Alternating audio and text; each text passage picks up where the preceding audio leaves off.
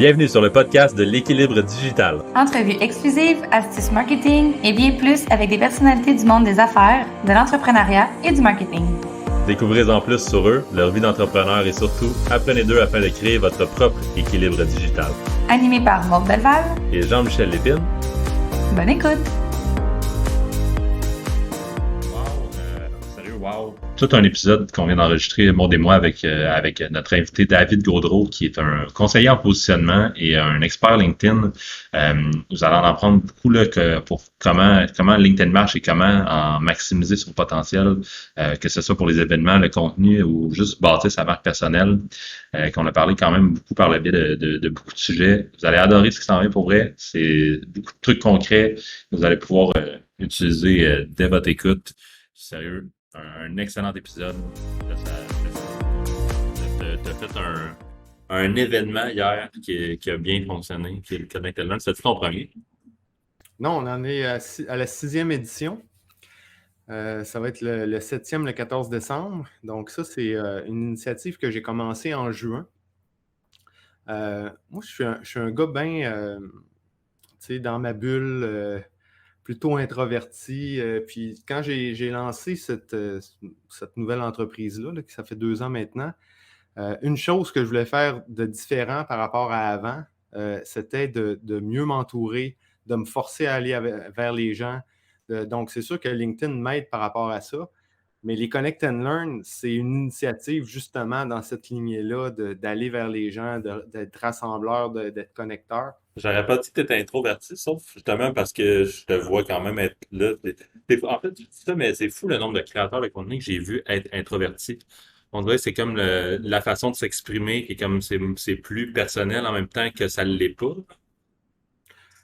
Ben, c'est une façon, on dirait ça permet plutôt que d'aller de manière plus proactive en prospection, aller vers les gens. Ben, en création de contenu, ça permet de les attirer. Donc, c'est une approche qui est beaucoup plus indirecte. Et pour les introvertis, ben, ça nous permet de créer notre contenu dans notre petit coin. Puis éventuellement, ben, ça attire des gens qui nous ressemblent. Surtout quand on parvient à vraiment maintenir une authenticité. Bon, on attire des gens qui nous ressemblent. On dirait que ça fait tomber des murs. Ou, en tout cas, pour moi, c'est une façon que je trouve très intéressante. Puis, j'ai rencontré d'autres introvertis qui aimaient beaucoup la création de contenu à cause de ça. Ils ne se sentent pas à l'aise d'aller en prospection. Mais par contre, avec la création de contenu, ça leur ouvre une porte sur une clientèle potentielle, malgré leurs limitations, là, si on peut appeler ça une limitation. C'est comme un premier contact, au lieu de faire du call ou d'aller dans des réseautages, c'est comme le premier contact qui s'est établi dans la création de contenu, fait qu'après ça, la gêne, j'imagine que la barrière est comme un petit peu moins là quand on discute avec les gens après. Oui, absolument. En création de contenu, on dirait qu'on a déjà fait une bonne première... on souhaite qu'elle soit bonne, mais une première impression. J'allais dire une bonne première impression. On fait ce qu'on peut pour, là, mais je veux dire, il y a déjà une première impression, les barrières sont tombées, la personne te connaît. « Ah, David, ça fait longtemps que je te suis. » Donc, c'est beaucoup plus facile. Là. Puis, on va appeler, plutôt que d'appeler ça un appel de vente, on va appeler ça un café virtuel. Et je ne dis pas qu'un café virtuel, c'est dans le but de vendre, mais c'est dans le but de connecter, de bâtir des relations, puis éventuellement, on voit bien où ça nous mène. Mais c'est une façon qui est très accessible, je dirais, pour les introvertis. Là. C'est assez... J'aimerais ça qu'on trouve un autre nom pour les cafés virtuels. Moi, je ne tripe pas sur le café. Un chocolat chaud virtuel. J'ai vu smoothie Un smoothie virtuel, t'es-tu sérieuse? Mais c'est Audrey de Ah, la personne des smoothies virtuels, Audrey, c'est incroyable ça. Audrey qui est une des personnes avec qui on fait affaire, de nos clientes, qui est aussi une bonne amie. Audrey qui? Audrey Schenk. Elle fait un petit peu de contenu aussi sur LinkedIn. Elle a commencé ça récemment. Mais effectivement, quand on parle de café, puis un smoothie, je trouve que c'est une façon de se démarquer. Là, de dire un smoothie virtuel, c'est sûr qu'instantanément, on attire l'attention en disant ça. Mais parlant de ça, tu es justement vraiment solide pour te démarquer, je trouve, sur ton LinkedIn, de par un petit peu de tout. Là, autant que c'est vraiment tout, en fait, que ça soit ta bannière qui utilise tu me parlais de ça là, quand on s'était parlé la dernière fois, qui utilise les espaces vides ou le négatif exactement, ou ton image de profil qui a comme un beau petit contour, on le remarque vite. Là. C'est voulu, ça, naturellement. Oui, oui. Ben, au niveau, ça, c'est au niveau visuel. Il y a plein de façons de se démarquer. Au niveau visuel aussi, c'est une des façons. Donc, quand on va parler tantôt du classement, mais tu sais, c'était pas un hasard que la page couverture et toutes les petites photos. C'est une façon pour moi, tu sais, là, j'ai envie d'aller dans plein de directions, là, mais tu sais, Vas-y. quand on veut se démarquer, entre autres avec du contenu, ben, on va souvent parler d'accroche. Et souvent, les gens vont faire l'erreur de mettre une image. Mais lorsqu'on met une image, c'est ça notre accroche. Et donc, souvent, les gens vont faire l'erreur de mettre une image qui est comme une personne assise à son bureau, tu sais, qui vient un peu en support à la publication, mais qui n'a pas un rôle direct, alors que c'est vraiment une belle façon, une façon efficace d'aller chercher l'attention, donc que d'utiliser l'accroche dans l'image. Et donc, le classement, c'était pas un hasard qu'il y avait toutes les petites photos parce que je savais que ça allait piquer la curiosité. Certaines personnes allaient se reconnaître ou reconnaître des personnes qu'ils connaissaient, qui allaient chercher sur les petits ronds. Tu sais, donc, Pour expliquer à ouais. nos auditeurs un petit peu c'est quoi le classement? Oui, en fait, le classement, et je sais pas, là, je t'ai amené ailleurs. Est-ce que tu voulais qu'on termine au niveau de l'événement ou on va y revenir après? Moi j'aime ça. On peut y revenir après. OK. J'aime ça écouter où ce que la conversation nous mène, puis Ah, que Je sais pas c'est parfait. quoi le on se classement, rend, là, on moi. se rend où ce qu'on se rend. OK. Toi, tu l'as pas vu, Maud, le classement? Non, je sais pas c'est quoi, non? Fait que j'ai hâte de OK. savoir. En fait, c'était un classement des meilleurs créateurs de contenu. J'ai fait un appel à tous il y a à peu près 2 mois et demi de ça. Puis j'avais demandé c'est qui le meilleur créateur de contenu ou les meilleurs créateurs de contenu dans votre réseau. Puis ça, ben, ça avait généré beaucoup d'engagement. Il y a plein de monde qui m'ont suggéré des noms. Et donc ça m'a permis de débuter une liste des meilleurs créateurs, entre guillemets. Puis j'ai fait de la recherche par-dessus ça à travers les Top Voice en France. J'ai regardé d'autres classements comme le Top Choice Africa 2020 où ça m'a permis de découvrir des créateurs de contenu dans ce coin-là. Et donc, bref, j'ai monté une base de données de créateurs de contenu. Puis ensuite, je les ai classés en utilisant différents critères. Là. Les principaux, c'était la grandeur du réseau, mais surtout l'engagement. Donc, j'ai pondéré là, en conséquence pour que vraiment ceux qui ont beaucoup d'engagement ressortent. Donc, j'ai pris ça comme critère. Puis aussi, j'ai essayé d'avoir une belle diversité au niveau des sujets, aussi une belle représentativité.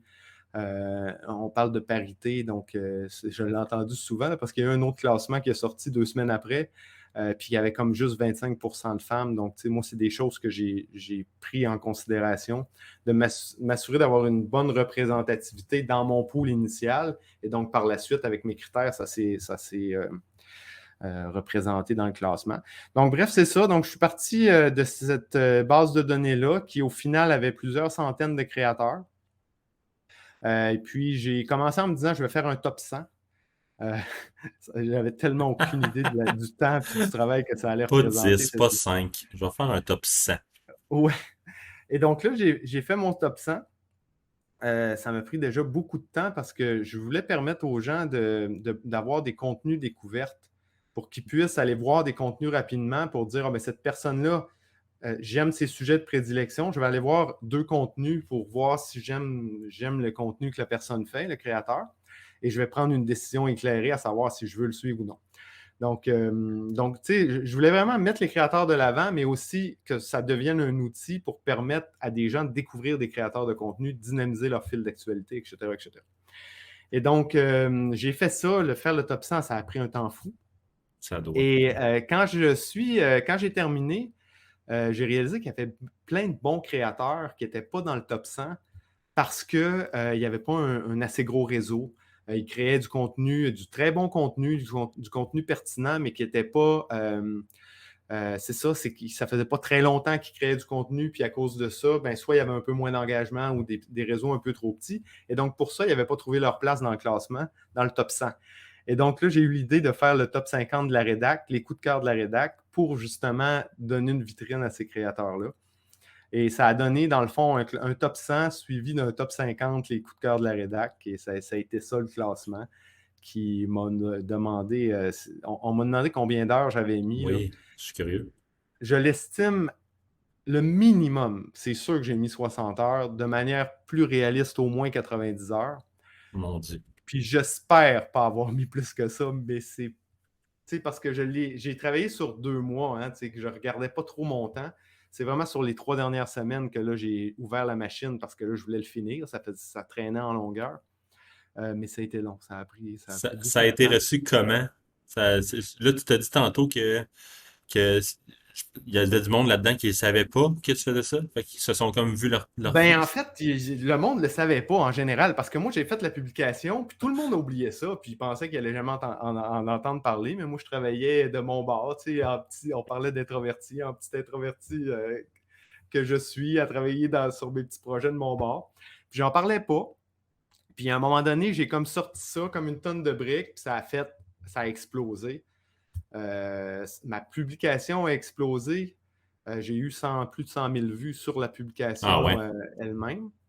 Puis, mais ça, c'est rien parce que là, tous les créateurs de contenu, dont plusieurs sont suivis par des dizaines, voire des centaines de milliers de personnes pour certains, ben, ils se sont retournés et ont dit « Hey, je suis dans le classement David ». Et donc, sur leur publication, eux ont fait plusieurs centaines de milliers de vues aussi. Je pense à un prof d'anglais, son nom m'échappe, là, mais c'est un prof d'anglais à New York qui donne des cours d'anglais à travers la francophonie. Super cool, mais il y a vraiment un engagement de fou. Lui, sur sa publication, pour dire « Je suis dans le classement de David », là, les dernières fois que j'ai regardé, je pense qu'il en était à 1500 réactions, puis 400-500 commentaires. Fait que juste à lui, il a peut-être fait quoi? C'est dur à estimer, peut-être 300-400 000 vues sur sa publication. T'as dû te faire un bon million de vues là-dessus, là. Toi et ton nom. C'est dur à estimer. Le million, c'est dur à dire, là, mais au moins plusieurs... Félicitations pour le million, David. Mais plusieurs centaines de milliers de vues périphériques, ça, c'est sûr. Combien exactement, c'est dur à estimer, là, mais il y a eu, je pense vous connaissez peut-être Michael Aguilar. Lui, c'est comme, il fait des millions de vues régulièrement sur ses publications. C'est un Français, un auteur de plusieurs livres en France, qui est suivi par 150, peut-être un peu plus, là, 1000 personnes sur LinkedIn. Puis, récemment, il a partagé une publication qui a explosé, puis c'était plusieurs millions de vues. Là. Il montrait, il disait... C'est drôle parce qu'il disait des fois, j'écris des beaux posts que je me donne, puis pour moi, ça serait énormément de vues, mais pour lui, c'est pas tant que ça. Puis là, il montrait un post qu'il avait fait d'une photo de l'ancien président américain Donald Trump. Barack Obama. Barack Obama, qui est comme, il y a une photo de lui dans un métro, puis l'autre gars, il dort à côté, puis là, il a écrit, dans la vie, il faut se réveiller parce qu'on peut manquer des belles opportunités. Fait que bref, puis il montrait combien il avait fait de vues sur cette publication-là, qui avait pris 2 minutes à faire, puis c'était des millions de vues. Là. C'est intéressant comme...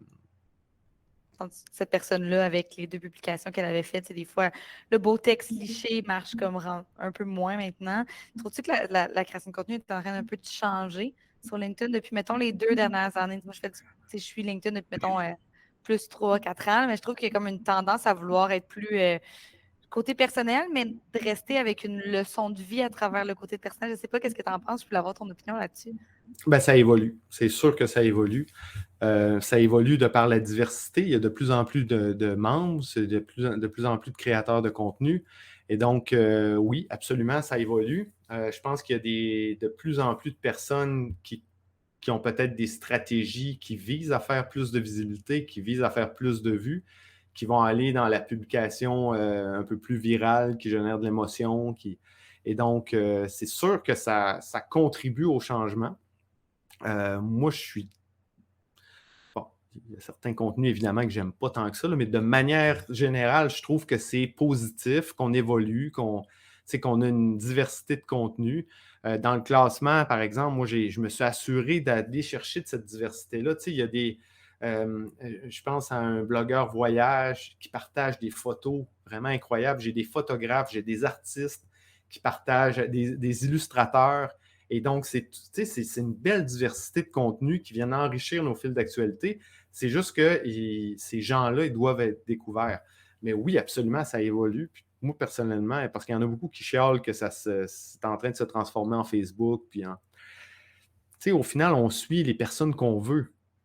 Puis ceux qu'on veut voir dans notre fil d'actualité, on a juste à interagir avec eux, à faire des réactions, à faire des commentaires, puis on va voir de leur contenu.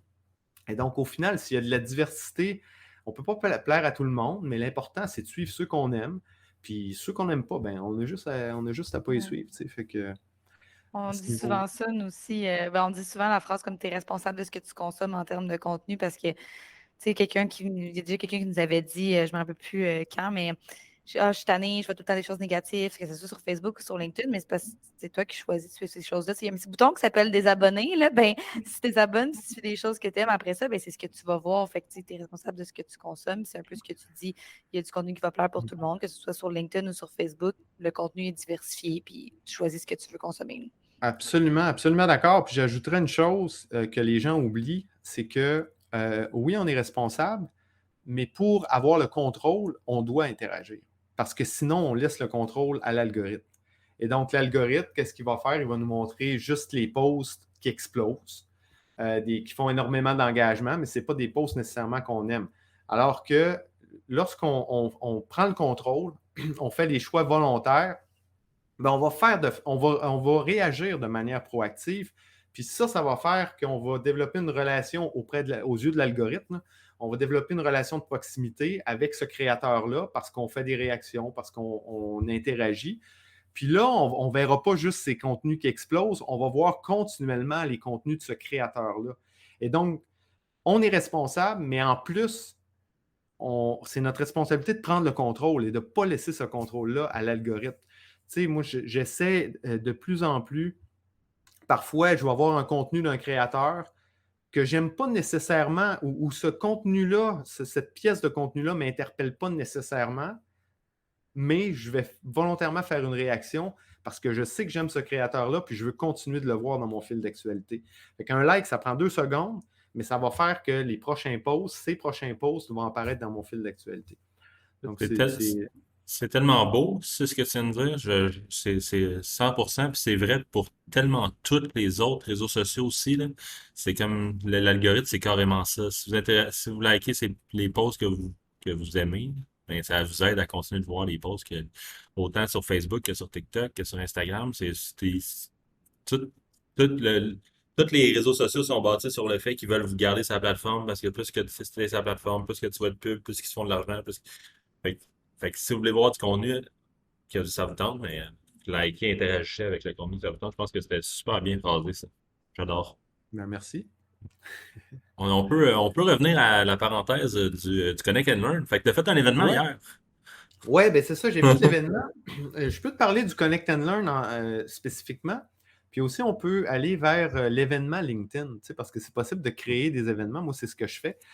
Et donc, c'est un sujet qui est peu connu et que je trouve intéressant personnellement. Donc, les Connect and Learn, bref, j'ai introduit un peu... non, je n'ai pas dit qu'est-ce que c'était. J'en ai fait un hier. Le concept, c'est que c'est un événement réseautage entrecoupé d'une masterclass ou masterclass entrecoupé d'un événement réseautage. Et donc, ça fait un événement qui est vraiment dynamique parce que plutôt que juste s'asseoir là, regarder une masterclass, on l'entrecoupe de breakout room où là, en groupe de 4-5, on fait du réseautage, on jase, on apprend à se connaître, on bâtit des relations. Donc, de la façon que c'est structuré, bref, lorsqu'on commence, petite introduction, une breakout room pour vraiment s'énergiser, se mettre dedans, commencer à jaser, commencer à se connaître. C'est des breakout rooms de 20 minutes. Donc, on a vraiment le temps là, de jaser. On n'est pas pressé. On est loin du speed networking. Là, je mise vraiment sur la qualité plus que sur la quantité. Donc, on fait ça. Ensuite, on fait un 15-20 minutes de masterclass, partie 1. On fait un autre breakout room. Donc, tu sais, ça... Juste au moment là, où on commence à s'endormir un peu, puis là, on a besoin on refait une breakout room. On se réveille, puis après, on fait la deuxième partie de la masterclass, puis on fait un Q&A à la fin. C'est vraiment un format dynamique sur 2 heures. J'adore le format. Une demi-heure à la fin pour poser des questions. Puis tu vois, hier, c'était la première fois que c'était pas moi qui faisais la masterclass, c'était Mathieu Chevalier. Puis ça a été bien intéressant. Premièrement, parce que je n'ai pas passé une semaine à stresser et à travailler comme un fou pour faire la masterclass. Mais en plus, parce que ça apporte de la diversité, c'est vraiment le fun. Il nous a parlé de storytelling puis de vidéo. Puis les gens... du fait du format, Puis là, il y a de plus en plus de gens qui sont là, sont là de fois en fois, fait qu'ils sont vraiment à l'aise. Ce qui fait qu'à la fin, il y a eu plein de questions. On est loin de l'événement où tout le monde ferme leur caméra. Là, tout le monde ouvre leur caméra. Des fois, ils oublient même de fermer leur micro.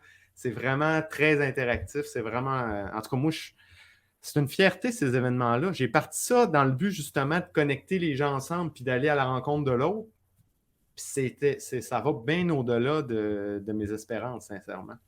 Fait que, bref, c'est une fierté, puis c'est vraiment le fun. Fait que Là, la façon que tu en parles, invite-moi au prochain, parce que ça me tente d'être là. Ça a l'air moi vraiment aussi. cool comme format. Ouais, c'est ça. C'est vraiment cool comme Mettez-le format. à votre calendrier, c'est le 14 décembre de 11h30 à 13h30. Je compte sur toi, Maud, tu vas me séduire ça. Ben oui. Fait que 14 décembre. J'adore. Non, mais pour vrai, c'est vraiment une très bonne idée de format. Ça doit justement donner, comme ça donne pendant la masterclass, juste après, ça donne comme un point sur lequel débattre, sur lequel jaser, sur lequel. Ouais, puis ça, c'est un point que j'ai oublié de mentionner, c'est qu'on lance la Breakout Room sur une thématique qui est en lien avec la masterclass. Donc, tu sais, ça permet, c'est vraiment tout en continuité, le flow est vraiment intéressant.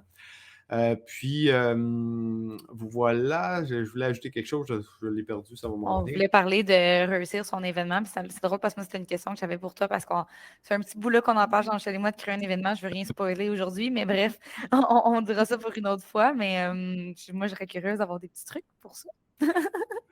Oui, mais en fait, LinkedIn a une fonctionnalité événement. Puis c'est vraiment une fonctionnalité très intéressante. Je vais vous dire pourquoi. Quand j'ai commencé, d'abord, je splittais ça en deux. Donc, j'utilisais la fonctionnalité événement de LinkedIn pour envoyer des invitations. Puis ensuite, je redirigeais les gens vers Eventbrite. Puis, en tout cas, c'était bien compliqué parce que des fois, sur Eventbrite, le lien Zoom ne s'affiche pas. Puis bref, la fonctionnalité, entre-temps, a évolué. Et donc, maintenant, c'est possible de tout gérer à partir de LinkedIn. Donc, moi, je crée mon événement sur LinkedIn avec la bannière, la description. Et donc, on peut inviter jusqu'à 1000 personnes par semaine. Donc, ça vaut le coup des fois de créer l'événement un petit peu d'avance, parce que plus on le crée d'avance, plus on peut inviter de personnes. Et puis voilà, donc on envoie des invitations. Puis ce qui est vraiment le fun, c'est que ce n'est pas intrusif. Je ne sais pas, vous avez sûrement reçu des invitations à des événements. C'est un peu comme une demande de connexion. Et donc, c'est pas comme, mettons, d'envoyer un message où là, les gens ont l'impression de se faire spammer. C'est comme juste une petite notification. La personne peut refuser, puis ça s'arrête là. Et puis, bref, ça fait que, tu sais, comme depuis le début, en termes d'inscription, j'en suis sûrement à 300-350 personnes inscrites à l'événement grâce au fait que j'utilise la fonctionnalité puis je fais des invitations aux gens de mon réseau. Et puis d'une fois à l'autre, il y a toujours de nouvelles personnes. Des fois, les gens ont de l'intérêt, mais ils ne peuvent pas. Fait que d'une fois à l'autre, il y a vraiment un pool de gens qui reviennent, mais toujours des nouvelles personnes. Donc, c'est vraiment intéressant. C'est ça, donc, quand je parlais de la fonctionnalité qui a évolué, c'est que maintenant, lorsqu'on crée l'événement sous la page entreprise, on peut ajouter un formulaire. Moi, c'était pour ça que j'utilisais Eventbrite. C'était pour pouvoir permettre de récupérer les courriels puis envoyer des courriels de suivi, etc. Mais là, on peut tout faire ça directement dans LinkedIn. Donc, on crée l'événement sous la page entreprise. On clique le petit checkbox pour dire qu'on veut avoir le formulaire. Donc, au moment de l'inscription, il y a un formulaire déjà pré-rempli avec les informations de la personne. La personne accepte. Puis LinkedIn génère un CSV qu'ensuite, moi, j'intègre dans mon ConvertKit en 2 secondes. Je fais un import, je tag les personnes mettons, Connect and Learn 06. Puis là, ça me permet de leur envoyer un courriel de suivi pour dire, bon, on commence dans 1 heure. Puis, tu sais, moi, à ce niveau-là, je pourrais m'améliorer là, parce que j'envoie juste un courriel juste avant l'événement, mais je pourrais aussi envoyer une séquence pour vraiment commencer à engager le monde avant l'événement. Donc, c'est vraiment le fun, cette fonctionnalité-là. Quel outil que tu utilises pour tes webinaires? Zoom. Carrément. Oui, on fait ça Tu le dans Zoom. conseilles? Ben, je le conseille. Pour le format, étant donné qu'il y a des breakout rooms, c'est pas vraiment un webinaire. Tu sais, c'est Ouais, OK. que c'est vraiment un gros meeting, là, tu sais. Les gens ont fait des breakout rooms, donc je trouve ça vraiment pratique par rapport à ça parce que tu sais, c'est facile de briser le groupe dans plusieurs petites salles. Tu sais, je suis rendu très à l'aise avec l'outil. J'ai jamais eu de bug. Tout va bien à ce niveau-là.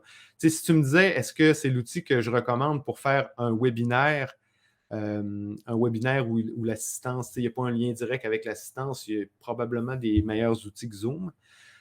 Mais encore, je ne l'ai pas utilisé, là, la fonctionnalité webinaire de Zoom. Mais tu sais, c'est un outil qui est tellement connu, les gens maintenant sont familiers avec l'outil, ça enlève une barrière à l'entrée que d'utiliser cet outil-là parce que les gens savent comment l'utiliser. Tu sais. C'est un Parce bon que point, ça. ouais, c'est un excellent point parce que j'étais justement en train hier d'en chercher un. Là. On va continuer sur l'aspect de ne pas spoiler, mais il s'en vient. On est en train de préparer un petit événement pour parce que Maud m'a mis au défi de faire ça, puis ça me tentait. Quand Puis je suis il pas dit mal. on, c'est lui, dans le Ouais, fond, c'est là, ça. qui prépare un événement. Ouais, elle m'a mis au défi, puis moi, je le prépare. Mais j'adore le défi, puis en fait, j'aurais le goût de te demander, parce que je sais que les événements sur LinkedIn, justement, c'est quand même un excellent outil. Je m'enlignais pour Zoom, justement, puis là, tu viens de me convaincre avec ce que tu viens de dire, mais je suis curieux de savoir, pour un petit débutant, un petit newbie, qu'est-ce qui serait des erreurs à éviter, puis qu'est-ce qu'il faut faire pour que ça fonctionne bien, un événement sur LinkedIn? Bonne question. L'erreur à éviter, la première, c'est pas de le faire sous ton compte personnel. Parce que là, tu n'auras pas l'accès tu n'auras pas le checkbox pour avoir le formulaire d'inscription. Et là, tu ne pourras pas récolter de courriel. Donc, ça, c'est une première erreur à ne pas faire. Une chose, c'est que je te dirais que c'est une bonne. Avec les erreurs, je vais te donner des bonnes pratiques. Donc, tu sais, ça va. Une bonne pratique, c'est de commencer à engager l'audience, l'assistance dans l'événement. Parce que ça, c'est une chose que moi, je n'exploite pas à 100%, mais qui est intéressante.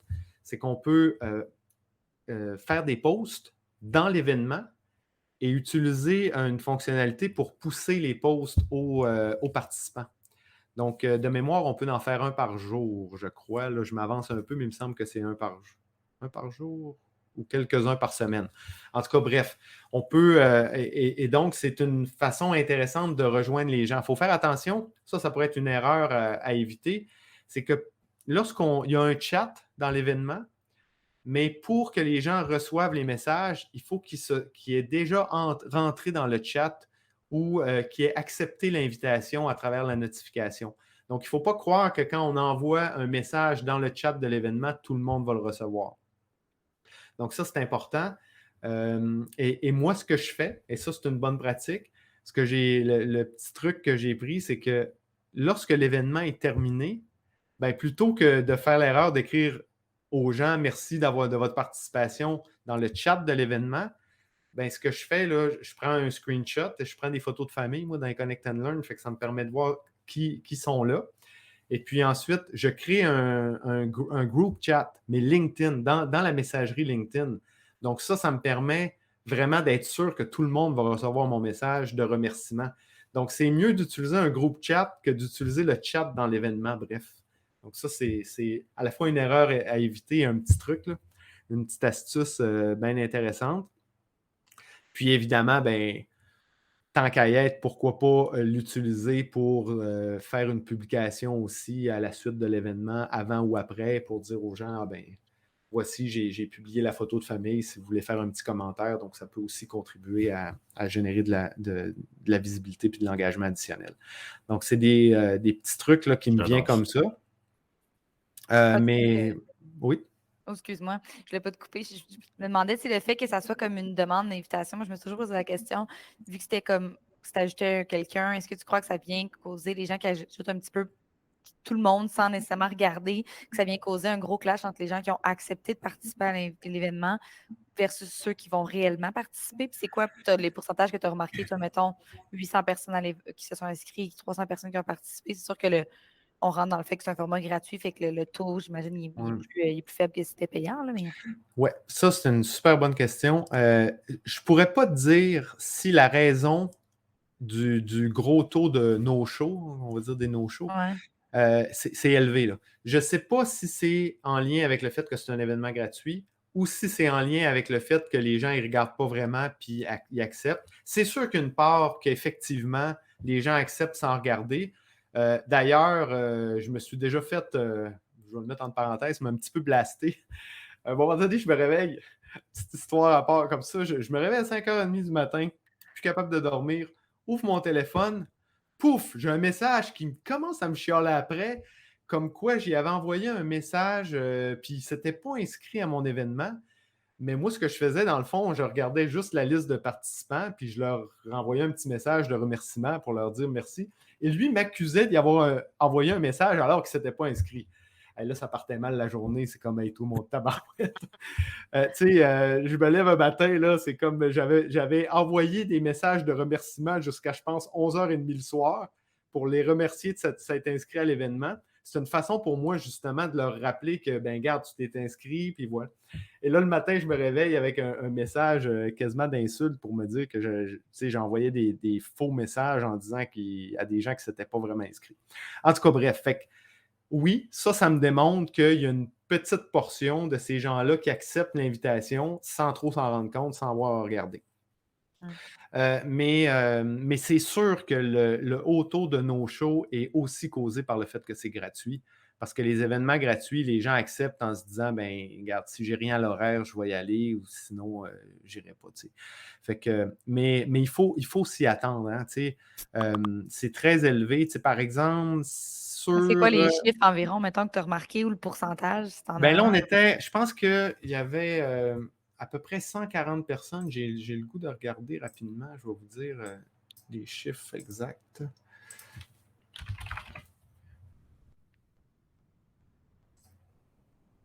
Donc, il y avait 153 participants qui se sont inscrits sur la page LinkedIn. Puis on était pas loin de 50 participants. Okay. Fait que, c'est comme environ le tiers. Mais j'ai eu des taux de participation plus bas que ça sur d'autres événements. Par curiosité, excuse-moi. Vas-y. Oui, mais la différence, c'était que dans les premiers événements, je n'avais pas le formulaire. Et donc, ceux qui acceptent de donner leur information, ça fait qu'il y a moins de participants, mais il y a un meilleur taux de participation. Ils sont plus qualifiés, le fait d'utiliser. Donc, quand les gens arrivent pour s'inscrire, puis ils cliquent sur participer, puis là, ils se font la fenêtre pop, le formulaire qui dit « OK, acceptez-vous de donner vos informations », bien, ça sert un peu de filtre pour vraiment, comme tu dis, qualifier les personnes. Donc, dans les premiers événements, quand je n'utilisais pas le formulaire, je sautais les 250 inscriptions, puis j'avais 30-40 personnes qui étaient présentes. C'est sûr que là, l'événement était moins connu.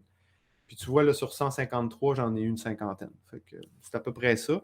Puis une chose intéressante, c'est que LinkedIn nous dit aussi combien de personnes ont visité la page de l'événement et combien de personnes se sont inscrites.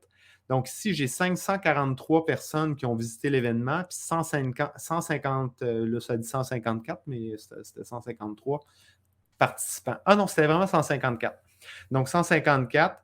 Et je l'avais calculé, là, ça donnait à peu près 30 okay. Par rapport à ceux qui ont visité l'événement et ceux qui se sont inscrits.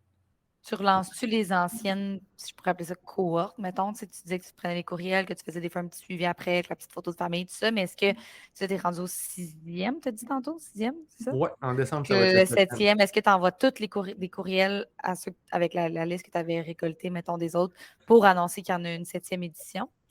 Oui. Oui, absolument. J'en ai pas parlé dans les bonnes pratiques, mais oui, si vous avez une liste courriel, moi, j'utilise ça pour bâtir ma liste. Puis c'est sûr, c'est des gens qui ont participé déjà, qui ont pour la plupart apprécié et donc qui sont hautement susceptibles de participer.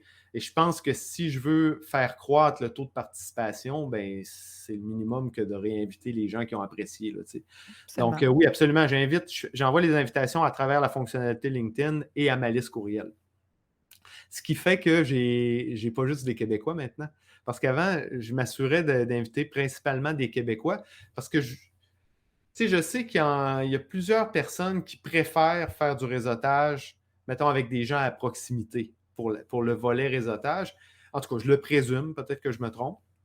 Et pour cette raison-là, au début, je me suis dit, pour commencer, je vais inviter principalement des Québécois. Mais en invitant ma liste, maintenant, j'ai plein de Français ou d'Européens dans ma liste. Et donc là, moi, je trouve ça le fun. Là. Il y a des Français aussi qui participent. Donc, je trouve ça bien intéressant. Pour eux, ça tombe comme un 5 à 7. Exactement. C'est 5,5 à 7,5. C'est ça. Mais tu sais qu'ils ne savent pas, ils n'en font pas de 5 à 7 en France. Non, C'est je vraiment savais pas. propre au Québec, ça, les 5 à 7. Ah. Puis même le réseautage, de manière générale, il y en a beaucoup moins en France qu'il y en a au Québec. Mais je pense que le côté, je vais te laisser Jean-Michel parler après, excuse-moi, j'arrête pas de parler. Pas de stress, on Le aime ça. côté que tu disais, vouloir réseauter avec des gens du Québec, je pense que ça vient des entreprises, par exemple des courtiers immobiliers qui sont dans une région, des gens qui peuvent malheureusement pas faire affaire dans d'autres. Pour nous, mettons, en marketing, ça n'aurait pas d'impact, mais pour plusieurs entreprises locales, mettons un commerce, je pense que ça peut avoir un impact à ce moment-là.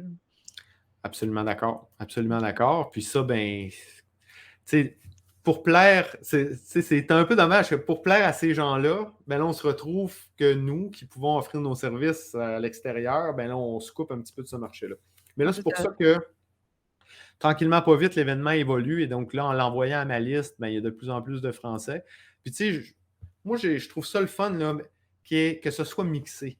Tu sais, pas que ce soit 100% des Européens, ou, parce que dans les breakout rooms, s'il y a 2-3 Québécois, 2-3 Français, la dynamique est bonne.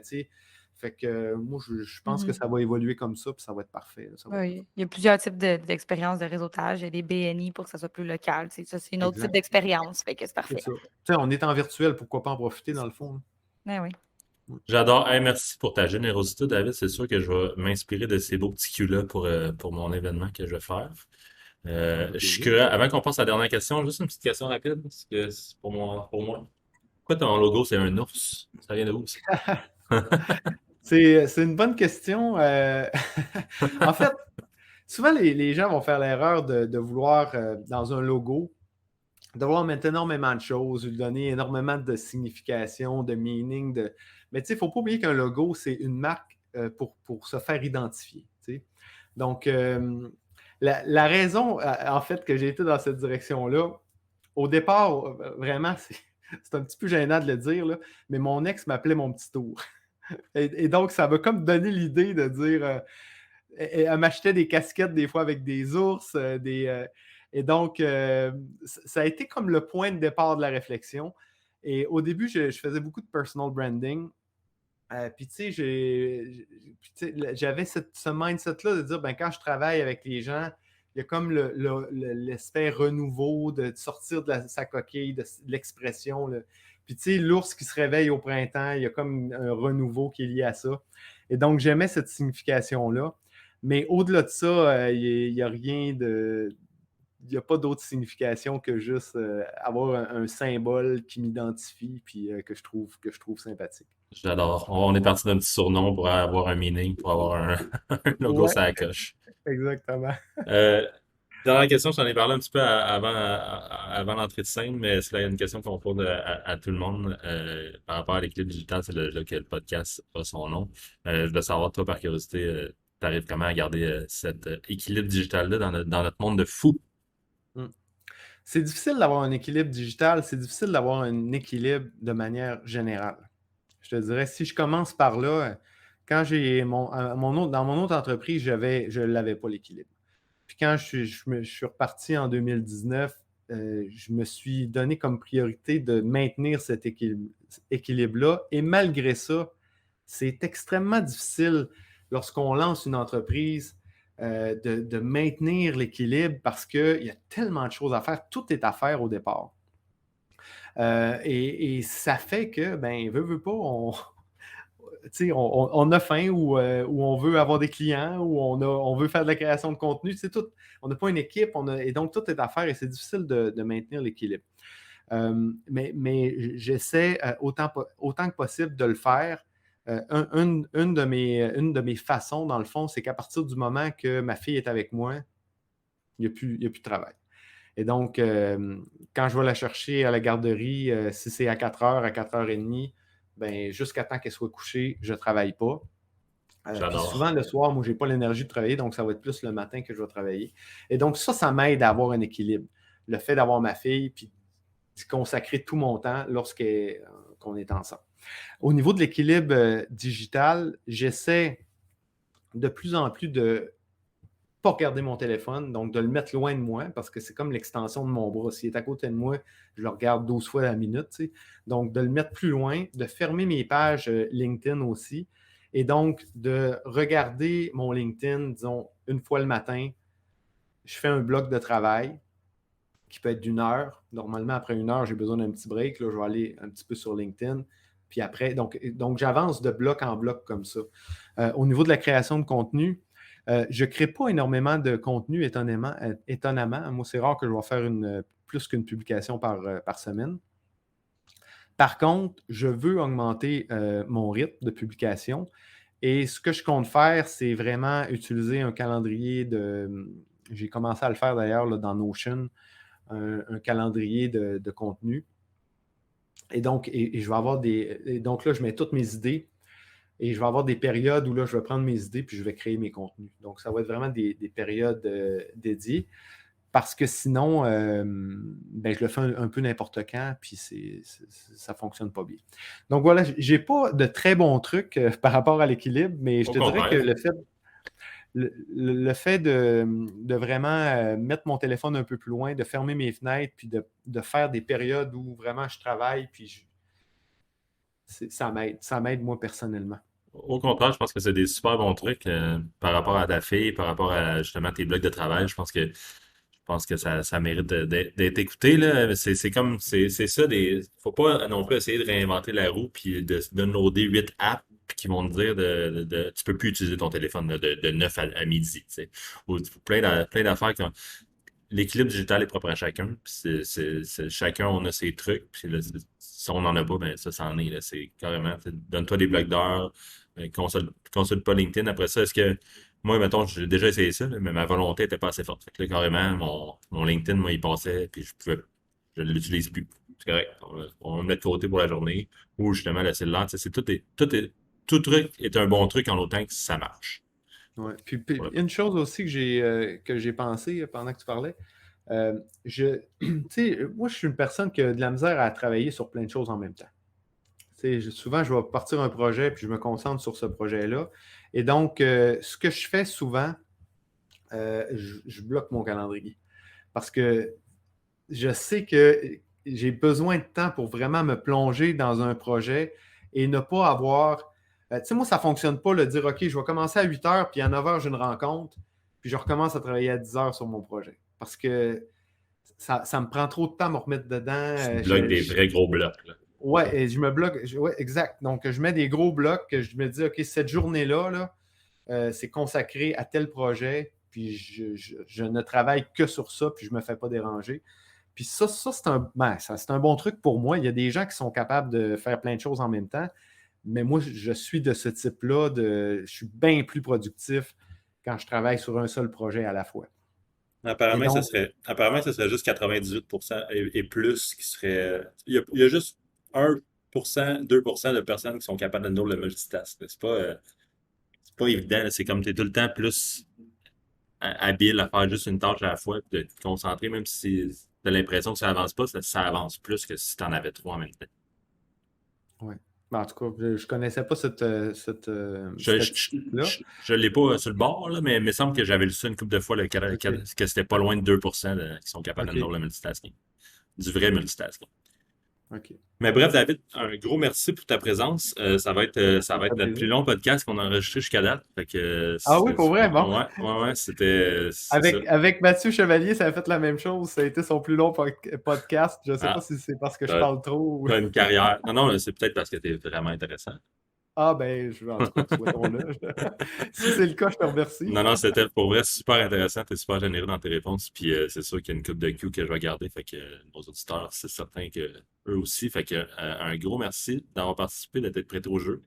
Puis avant qu'on se quitte, où est-ce que les gens peuvent te suivre? Bien sûr, il y a LinkedIn. Oui, ils peuvent me suivre sur LinkedIn, David Gaudreau. Sinon, davidgaudreau.com. La meilleure façon d'être avisé de mes événements, de mes projets, c'est en s'abonnant à ma newsletter. Donc, c'est possible de trouver le lien directement sur mon profil LinkedIn. Donc, c'est vraiment les meilleures façons. Je suis peu sur les autres médias sociaux. J'ai des pages, mais je ne vous conseille pas nécessairement de me suivre en priorité là parce que c'est vraiment pas là que ça se passe. Ça doit faire quelques mois que je n'ai pas publié sur Facebook, puis je néglige mes autres plateformes. Disons, je me concentre sur LinkedIn. Excellent. Hey, un gros merci. Allez voir ça, son livre des top 100 meilleurs créateurs de contenu LinkedIn. Puis soyez là pour son Connect and Learn le 14 décembre. Moi et Maud, on va être là.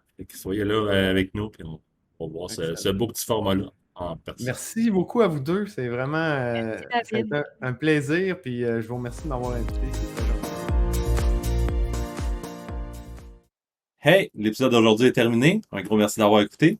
Si vous avez apprécié, n'hésitez pas à nous suivre sur votre plateforme de podcast préférée ou directement sur les réseaux sociaux.